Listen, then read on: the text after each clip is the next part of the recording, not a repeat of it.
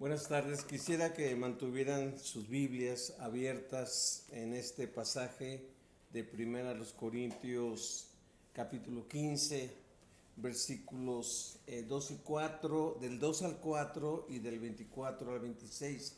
En esos pasajes se va a basar nuestro mensaje. Y yo quisiera nada más leer en la Nueva Traducción Viviente del 2 al 4 para darnos una idea del enriquecimiento del lenguaje que se menciona aquí en este pasaje. Vean lo que dice 1 Corintios 15 del 2 al 4. Yo les transmití a ustedes lo más importante y lo que se me había transmitido a mí también.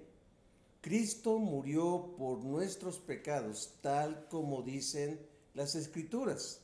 Fue enterrado y al tercer día fue levantado de los muertos, tal como dicen las Escrituras.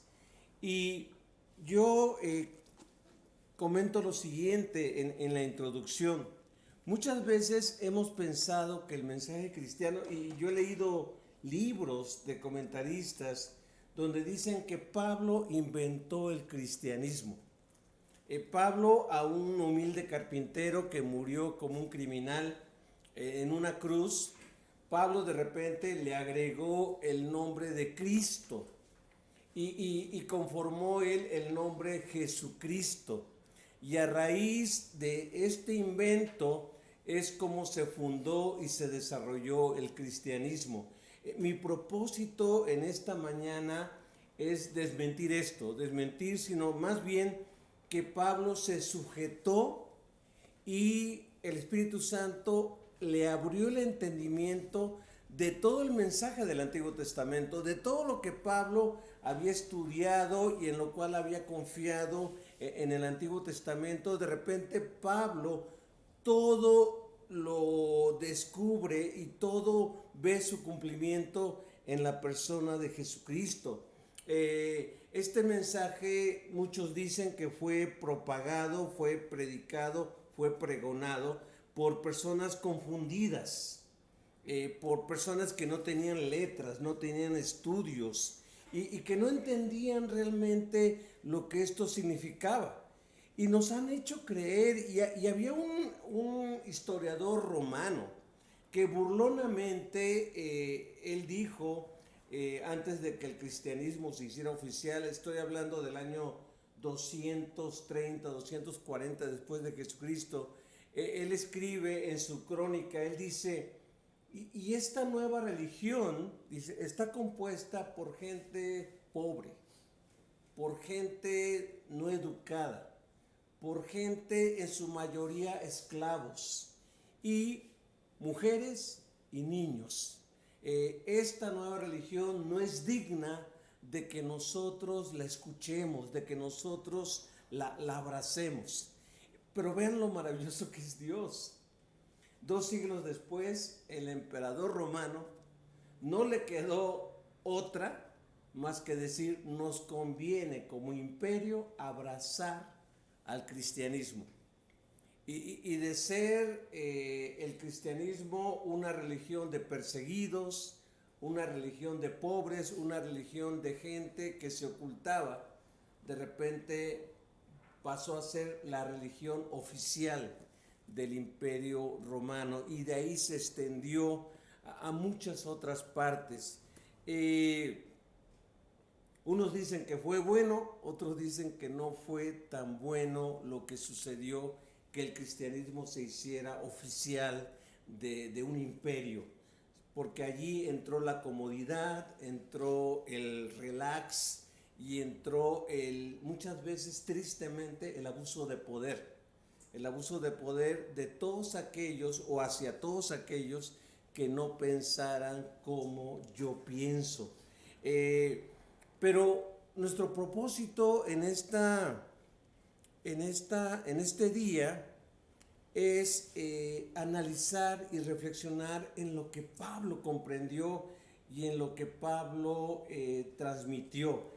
Él dice en el versículo 2, y de ahí yo me baso en el título del mensaje, Él dice, yo le transmití a ustedes lo más importante y lo que se me había transmitido a mí también. Yo le titulé a este mensaje, este es el mensaje que se nos transmitió.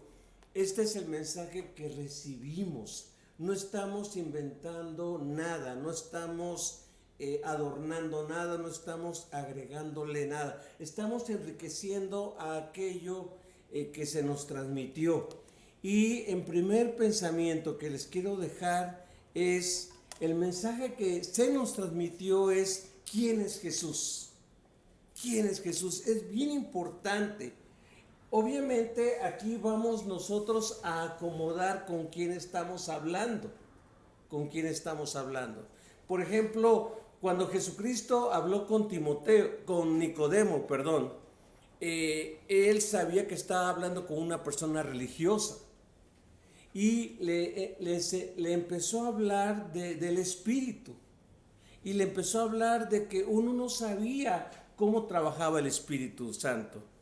Pero también le habló de algo que sucedió en el tiempo de Moisés, cuando el pueblo de Israel por su rebeldía fue mordido por serpientes venenosas y cómo Dios le ordena a Moisés construir una serpiente de bronce. Toda esa enseñanza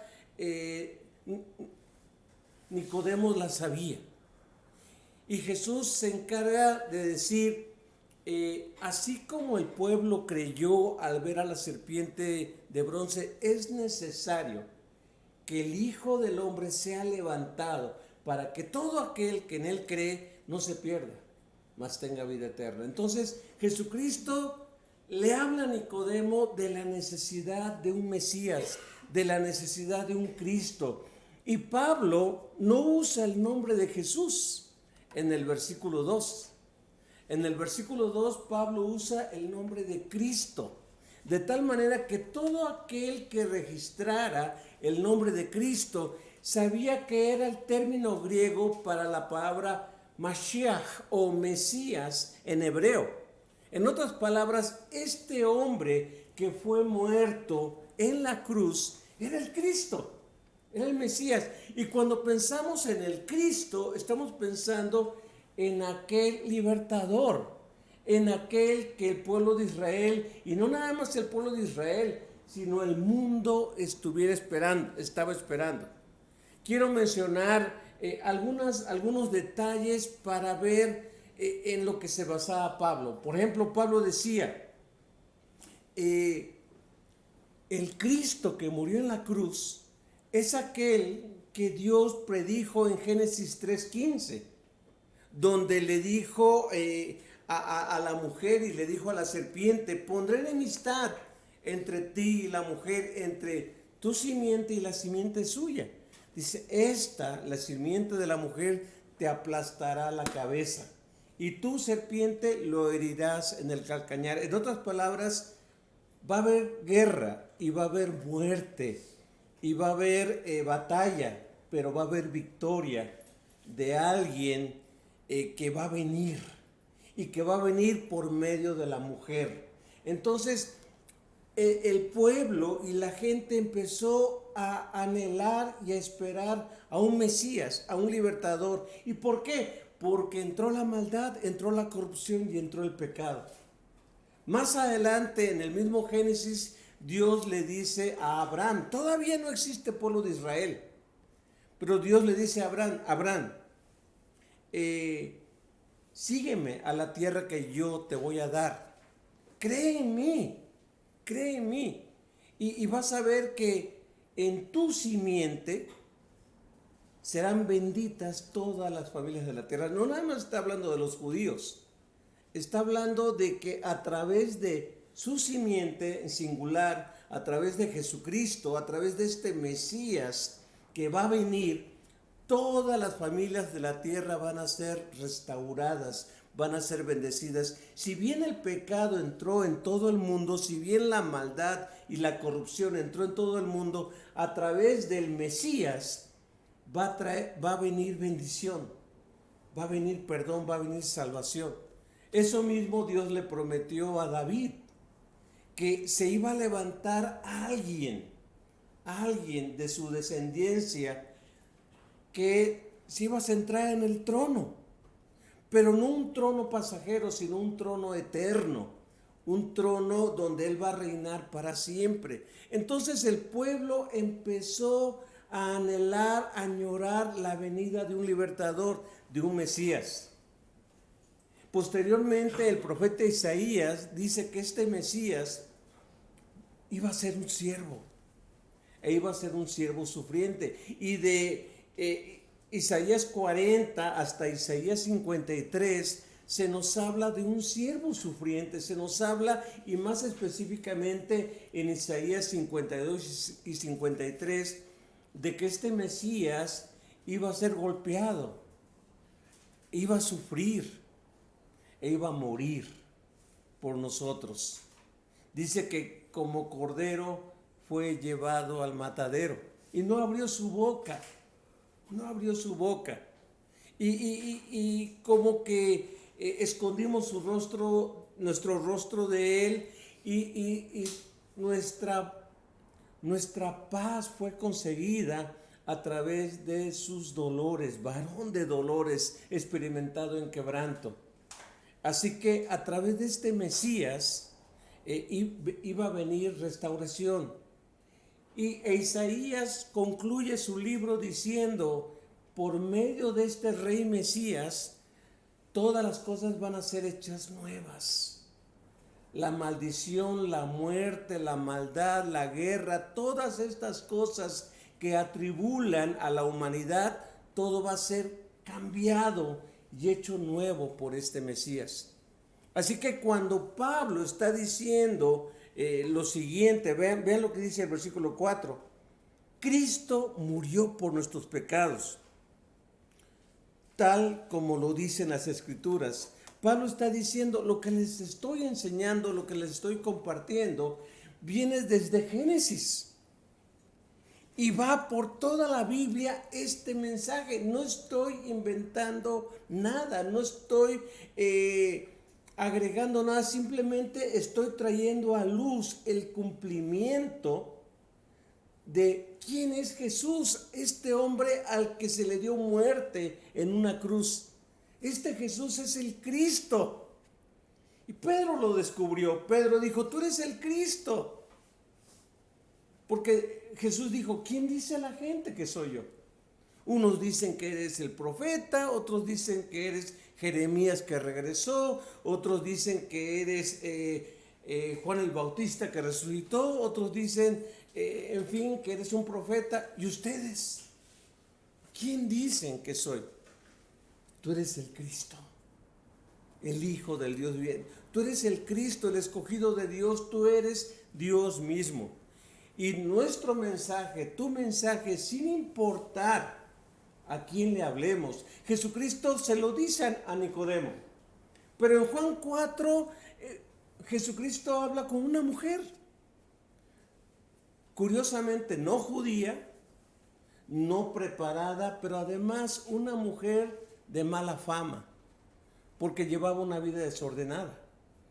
Y Jesucristo le habla de que Él tiene algo que ella no tiene, que Él tiene algo que darle que ella no tiene. Y cuando la mujer se acuerda de que va a venir un Mesías, Jesucristo abiertamente le dice, yo soy, yo soy.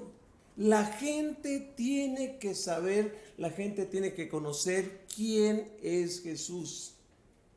Y si tú eres cristiano y yo soy cristiano, no debemos de tener ni temor ni duda de decirle a la gente quién es Jesús. Jesús es Dios, Jesús es aquel que pagó por nuestros pecados, como lo dicen las Escrituras.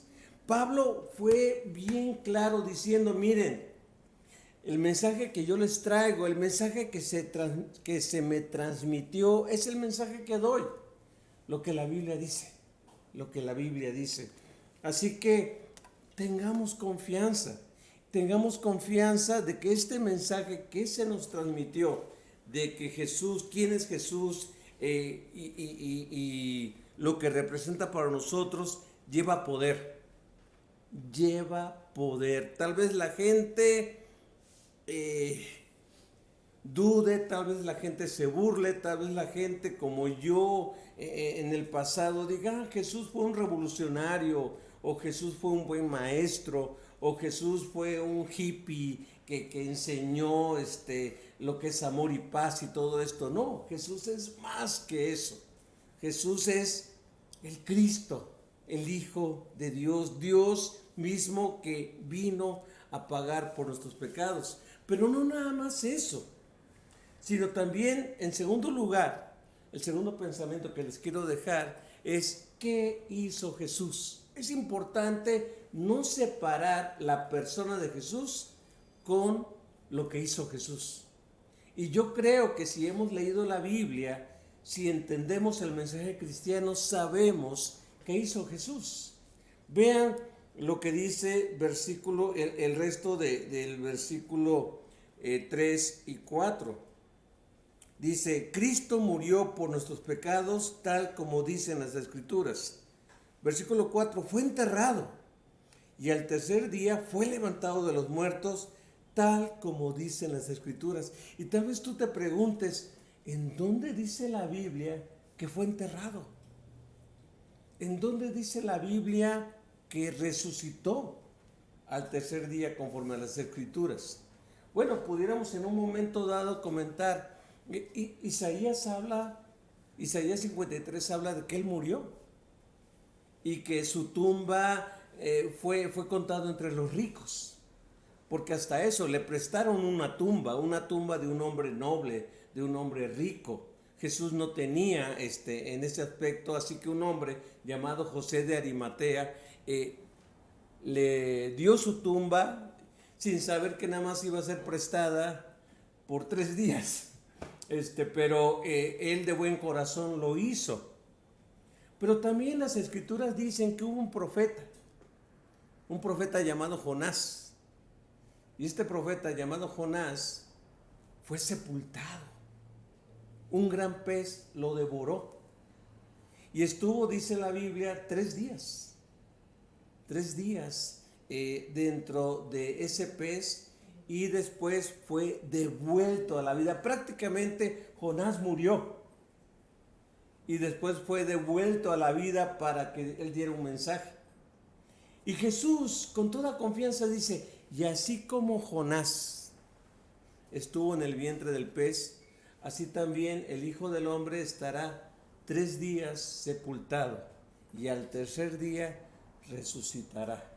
Job nos dice, yo sé que mi Redentor vive y sé que es poderoso para levantarse de entre los muertos. Así que es un mensaje antiguo, es un mensaje basado en la Biblia y con siglos de anticipación. ¿Qué hizo Jesús? Murió por tus pecados, fue sepultado y resucitó para darnos vida nueva. En otras palabras, a través de Jesús y a través de lo que Él hizo, tú y yo gozamos de perdón. Tú y yo gozamos de una nueva vida. Tú y yo gozamos de ya no estar condenados, ya no estar bajo culpa, ya no estar bajo condenación, sino que lo que la condena y el castigo que nuestros pecados merecían, el Señor los tomó en Jesucristo y Él pagó lo que usted y yo, tú y yo, no podíamos pagar. Eso hizo Jesucristo.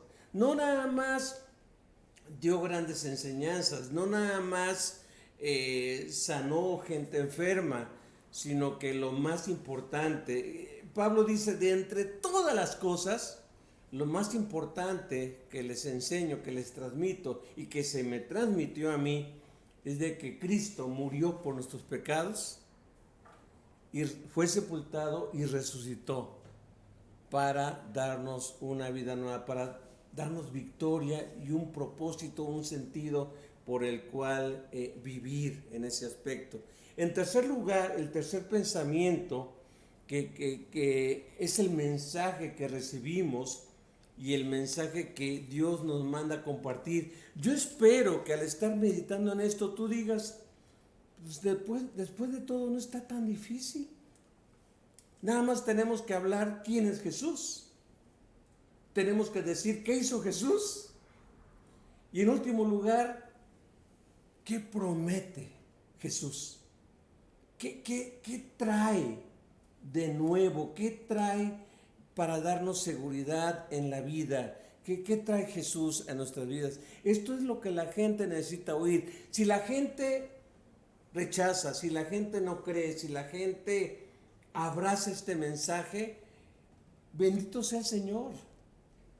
Transmitimos de manera correcta y de manera fiel lo que se nos transmitió. Tú y yo no tenemos el poder de salvar, solamente Jesús.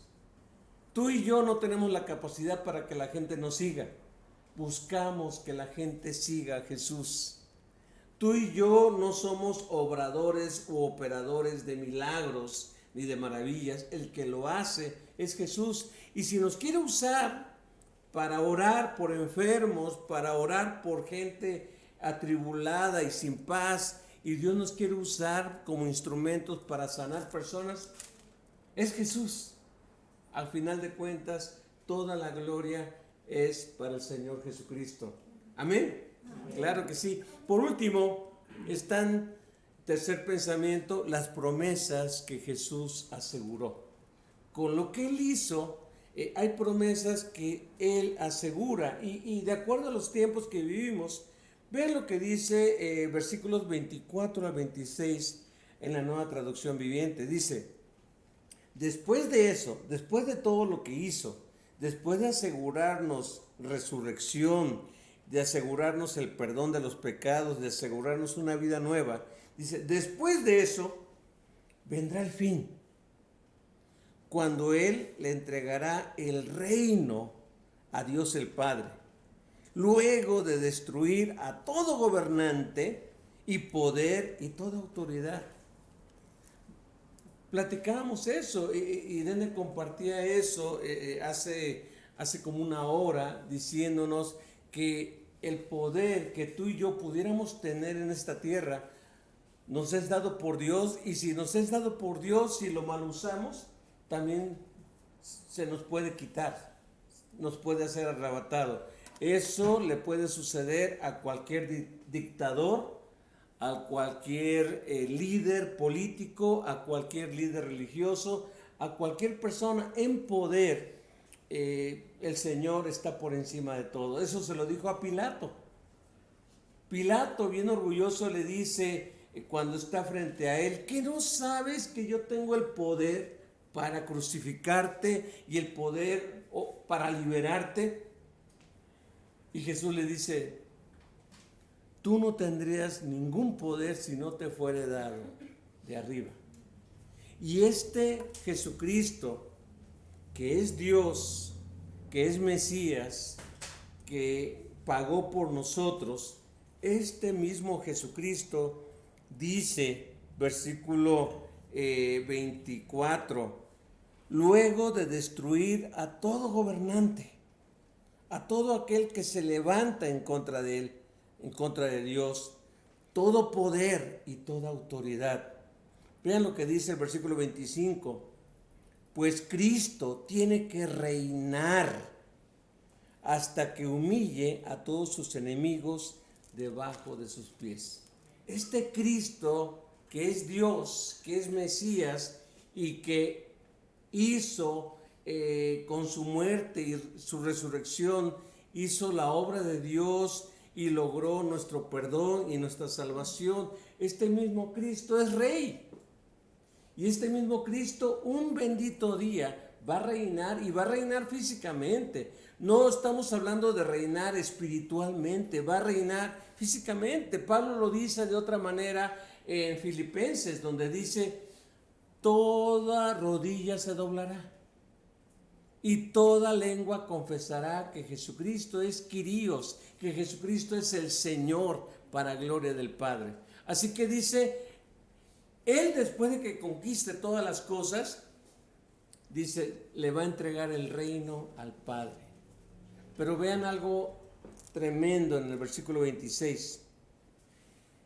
Y el último enemigo que será destruido es la muerte. Es la muerte. Aquella espina, aquella condenación que pesaba sobre cada ser humano. En la escuela nos enseñaban eso. En la escuela nos enseñaba, todo ser humano nace, crece, se reproduce y muere. Y ahí uno tenía que repetir, a ver, repitan todos. Nacen, crecen, se reproducen y mueren. Bueno, la muerte a través de Cristo es derrotada. Y un bendito día ya no va a haber muerte. Un bendito día Dios va a resucitar a los muertos, a los que murieron en Cristo para vida eterna. Y a los que murieron sin Cristo para muerte eterna, para condenación eterna.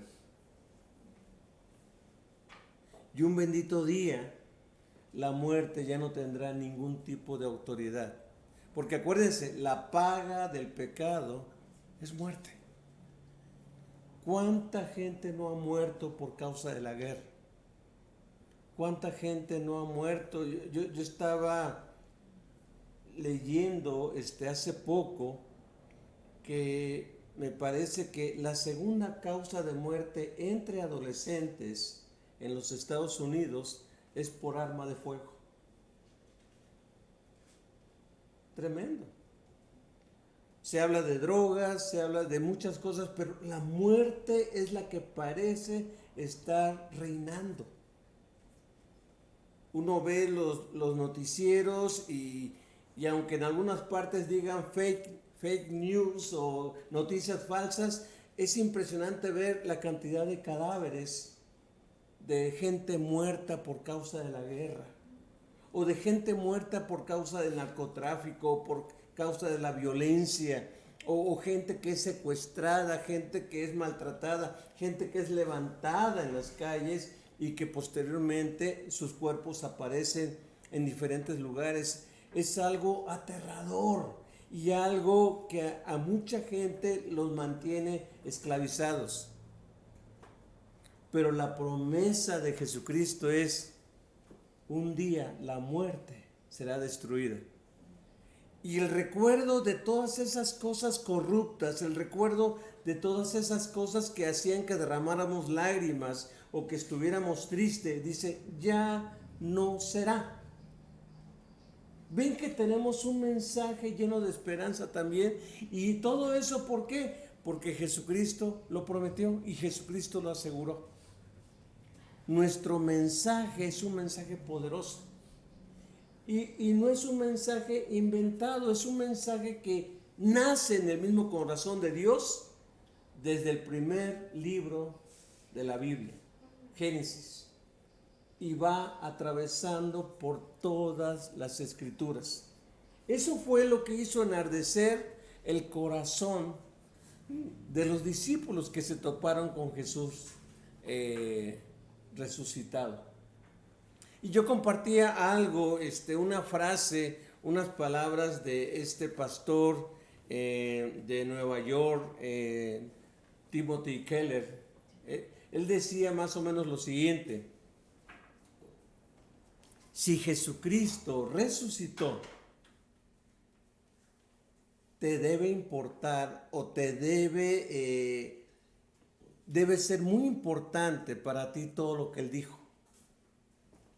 Debes de creer todo lo que Él dijo. Si Jesucristo resucitó de entre los muertos, debes creer su palabra. Y si Cristo no resucitó, entonces, ¿por qué te preocupas por lo que Él dijo? Olvídalo. Pero si está allí la palabra de Jesucristo, entonces debes de oírla y debes de tomar una decisión al respecto. Quiero concluir diciendo lo siguiente: este es el mensaje de las buenas noticias, un mensaje que ningún político, autoridad o filosofía puede ofrecer, solo la persona de Jesucristo. No es un mensaje nuevo, es un mensaje respaldado por toda la Biblia. Y ante estos hechos nadie tiene el poder de destruirlo. Tenemos un tesoro que compartir. ¿Será tan complicado decirle a la gente quién es Jesús, qué hizo Jesús y qué prometió Jesús? Yo espero que no lo sea. Y yo espero que Dios nos guíe con las personas que todavía están en tinieblas, con las personas que todavía están confundidas, con las personas que todavía están destruidos sus corazones, podamos compartir este mensaje de esperanza, este mensaje que es un tesoro. Vamos a orar. Bendito Señor, gracias por el mensaje del Evangelio, por el mensaje de las buenas noticias. No permitas, Señor Santo, que al hablar de este mensaje olvidemos este contenido. Tal vez lo vamos a variar de acuerdo a la persona o a la necesidad, pero toda persona debe saber quién es Jesús. Toda persona debe saber en su momento qué hizo Jesús por nosotros. Y toda persona debe saber qué prometió Jesús que vendrá y en lo cual debemos estar firmes. En el nombre de Jesús, guárdanos, danos de tu palabra y permite contemplar el poder de ella cuando la compartamos, ese poder transformador que solamente tu Espíritu Santo puede hacer en las vidas. Gracias, Señor, por tu palabra que es viva y eficaz.